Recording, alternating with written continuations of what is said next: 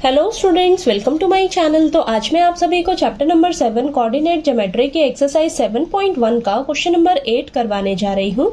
हमें दिया है find the value of y for which the distance between the points p and q is 10 units.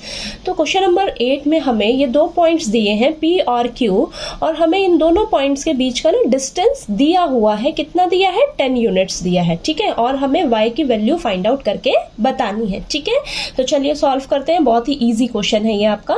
ठीक है, तो सबसे पहले यहाँ पर हम लिख लेते हैं। हमें गिवन क्या है? हमें गिवन है distance between the two points.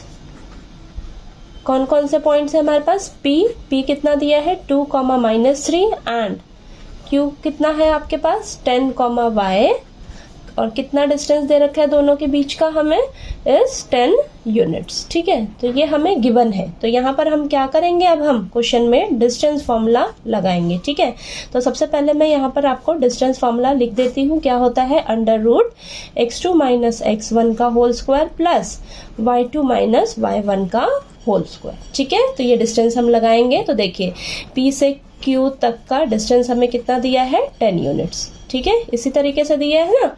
तो अब हम यहाँ पर क्या करेंगे? p से q तक का इधर डिस्टेंस फॉर्मूला लगाएंगे और इसको हम रखेंगे 10 के इक्वल। ठीक है, तो चलिए करते हैं।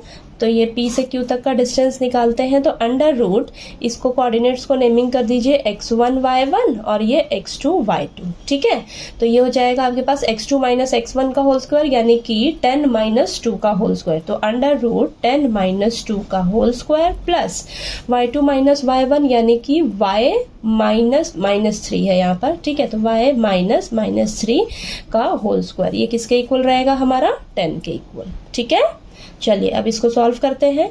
तो √10 - 2 8 का whole square plus y minus plus हो जाएगा। तो y + 3 का whole square is equal to 10।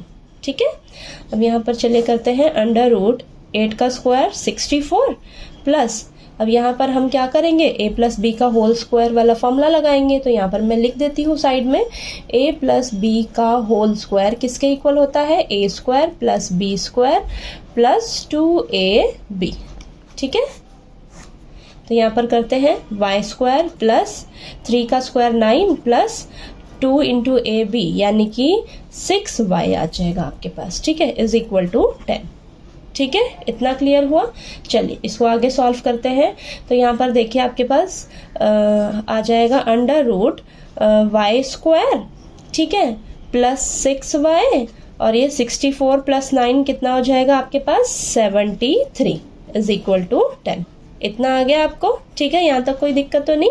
ठीक, तो अब चलिए करेंगे हम स्क्वायरिंग बोथ साइड्स। ठीक है, स्क्वायरिंग, इधर रूट है ना।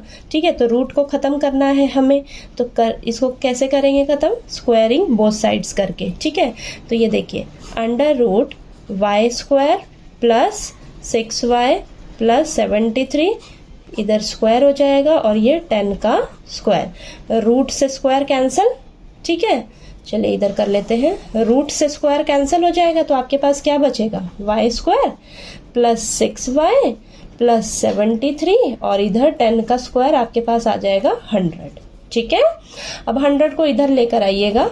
तो ये आ जाएगा y² + 6y + 73 - 100 हो जाएगा इज इक्वल टू 0। अब यहाँ पर आएगा y² + 6y माइनस का 27 इज इक्वल टू 0। तो ये आपके पास इक्वेशन बन गई, क्वाड्रेटिक इक्वेशन। ठीक है, तो चलिए इसको सॉल्व करते हैं फैक्टराइजेशन मेथड से।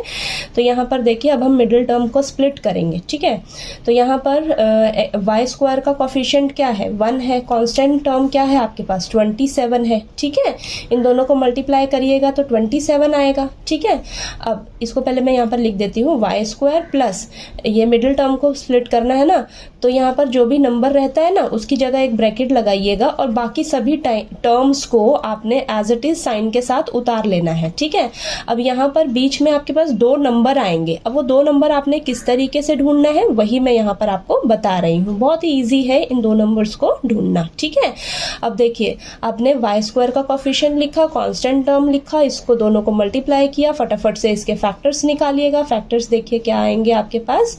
ये आया आपके पास 3 इंटू 3 इंटू 3। अब इन्हीं में से आपको वो दोनों नंबर ढूंढने हैं, ठीक है। अब वो दो नंबर आपके ऐसे होने चाहिए, देखिए कांस्टेंट टर्म आपकी माइनस में है ना, अब वो दो नंबर आपके पास ऐसे होने चाहिए जिन्हें आप मल्टीप्लाई करिएगा तो आपके पास ये आए 27 आए, ठीक है।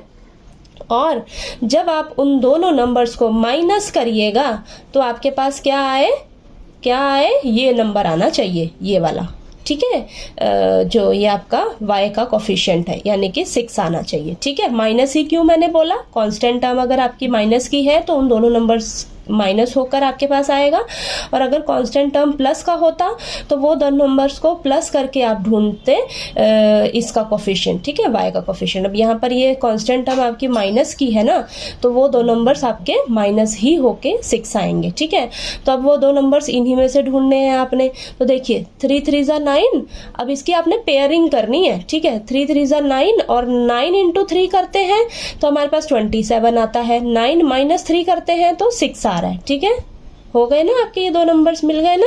तो देखिए 9 और 3 आपके ऐसे दो नंबर्स हैं जिन्हें आप मल्टीप्लाई करोगे तो 27 आएगा, जिन्हें आप माइनस करोगे तो 6 आएगा, ठीक है। इन दो नंबर्स को ढूंढने में ही थोड़ी सी आपने मेहनत करनी है, बाकी आगे बस इसको आप सॉल्व ही करना है आपने, ठीक है। यहाँ से आपको ना प्लस माइनस की भी गलती कभी नहीं होगी, ठीक। तो चलिए करते हैं वाई स्क्वायर। अब इधर से जो भी साइन रहेगा वो भी अंदर मल्टीप्लाई होगा और इधर से वाई जो होगा वो भी अंदर मल्टीप्लाई होगा, तो प्लस का 9y माइनस का 3y minus 27 is equal to 0, ठीक है। अब चलिए यहाँ पर ये इन दोनों को लेते हैं, तो यहाँ से देखिए कॉमन क्या आ रहा है y, तो यहाँ आ जाएगा y प्लस 9, यहाँ से देखिए माइनस 3 कॉमन आएगा तो ये आ जाएगा y plus 9 is equal to 0। अब यहाँ से y प्लस 9 दोनों के पास है तो y प्लस 9 को कॉमन लीजिएगा, इधर आ जाएगा आपके पास y बचेगा, इधर आपके पास बचेगा माइनस 3 इज इक्वल टू 0, ठीक है।